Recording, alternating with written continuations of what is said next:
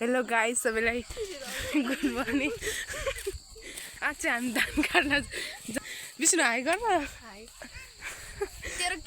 माइजू हाम्रो माइजूहरू छुट्टै बगालो हामी छुट्टै पिरिचमा के गर्न गयो।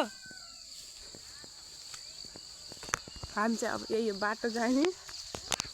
यस्तो दुःख छ गाउँमा बिहा नगर्नु होला। तिमी पनि सहरमा जानु।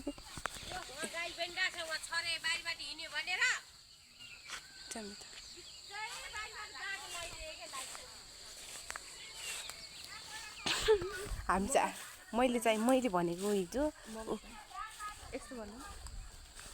मैले भनेको हिजो के भन्छ अरे ऊ भनेर मेरो माइजूको बारी हो भनेर। तर के गर्नु मैले आज गाली खाएँ फाइनली। विष्णु हाम्रो माइजू चाहिँ उहाँ हो।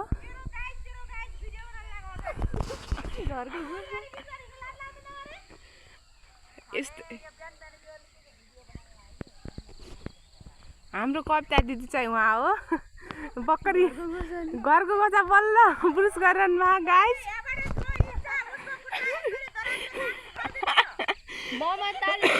मेरो माइजूको भन्दै थिए।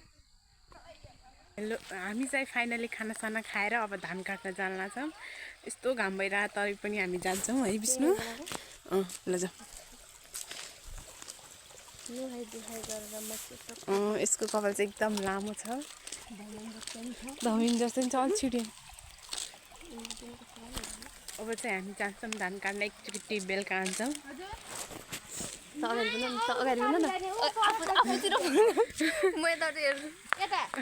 राम्रो आएन दाँत मात्रै आज निस्किन्छ किनकि म काली छु नि त यसलिए। ल छिटो हिँड्न छिटो। हाई हाई हेलो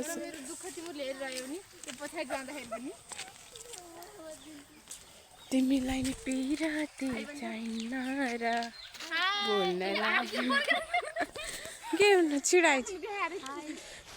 यो चाहिँ हामी सङ्क्रान्तिदेखि पसल हो। यहाँ चाहिँ उपाय ब्याङ्क छ।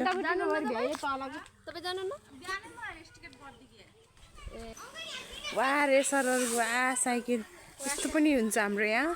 के भनिस् के भन्नुभयो? हस् हुन्छ। यो चाहिँ ड्रागन फ्रुटको बोट हो। यो त मेरो टाउको हो। यहाँ भैया पनि हुनुहुँदो रहेछ।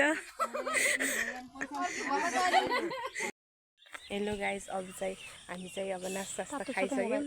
नास्ता खाएर अब एउटा पाटा धान काट्छौँ। अहिले चाहिँ हामी रेस्ट गरिरहेछौँ। अनि अहिले चाहिँ बसिरहेछौँ। अनि त्यही हो अब घर जान्छौँ नुहाइधुवाइ गर्छौँ। बाँकीको भिडियो आउँदै गर्छ। सक्दो सामान माया गरिदिनु होला। Like share comment